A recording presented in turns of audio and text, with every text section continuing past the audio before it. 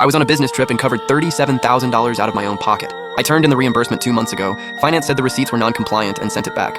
I redid it 3 times. Then they said my boss hadn't signed off. Once he did, they said it had to go through the process. Wait until next month. Then the Nancheng project blew up. 3 a.m., my boss calls me to book a 6 a.m. train ticket. See you. Boss Lin, I can't book it. My card is empty. I can't even pull out $5 grand. Boss Lin, can't pull out $5 grand? Where's all your money going? How many girlfriends are you keeping? That hit like a needle. My chest felt stuffed with cotton, heavy and tight. I pulled up my memo app and sent him a 2-month record of every expense I'd covered.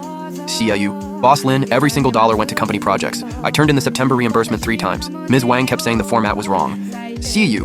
For October, she said I had to wait for the process. I make $8 grand a month. After rent and car payments, every last cent is tied up in these advances. See you. I have less than $50 on me right now. So yes, Boss Lin, I genuinely cannot pay for a $5,000 train ticket. It's not that I don't want to go, I just don't have the money.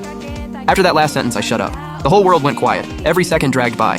5 full minutes later, I heard a soft sigh on the other end, followed by the sound of the call ending. I had no idea what Boss Lin was thinking. Maybe shock, maybe shame, maybe rage. But in that moment, I knew I'd won. Not over my boss. I'd won back a little piece of my own dignity. What would happen after tonight? Would I get fired, or would he pay me back and let me keep my job? I picked up my phone. I opened my chat with my girlfriend and typed, "Babe, I might be losing my job." I stared at it, then deleted it word by word. I couldn't worry her. Then my phone buzzed again. It was Boss Lin. I hesitated, then answered. Boss Lin.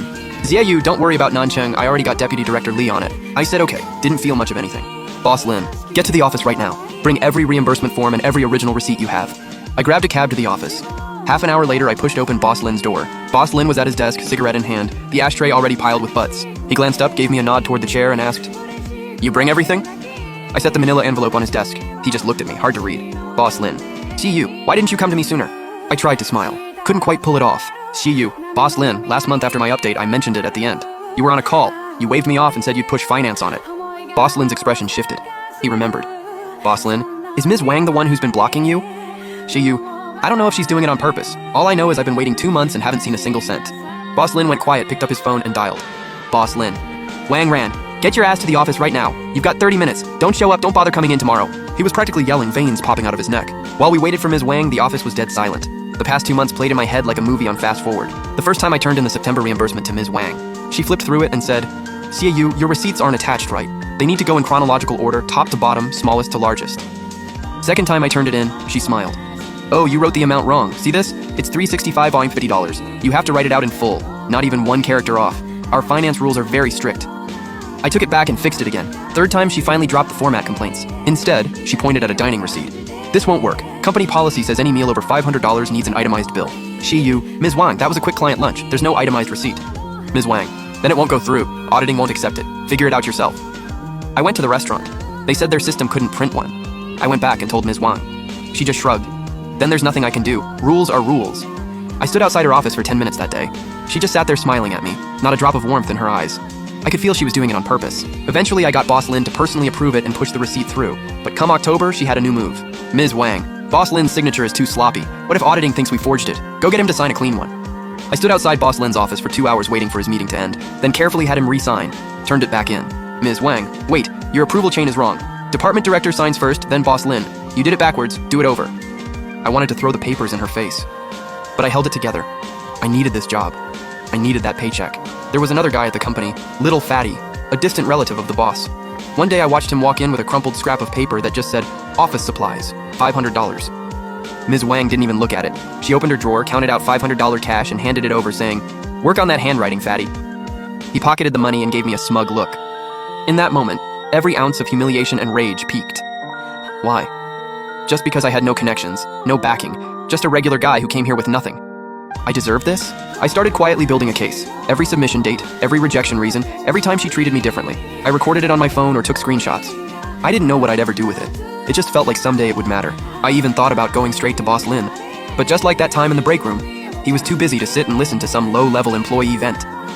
In his world, there were deals and projects worth 100 times more than my little problem. He wasn't a bad person. He just didn't care. Then the office door swung open. Ms. Wang stepped in, still half asleep and clearly annoyed. She saw me, a flicker of surprise, then the fake professional smile came right back. Ms. Wang cooed, "Boss Lin calling me in this late? What's the big emergency?"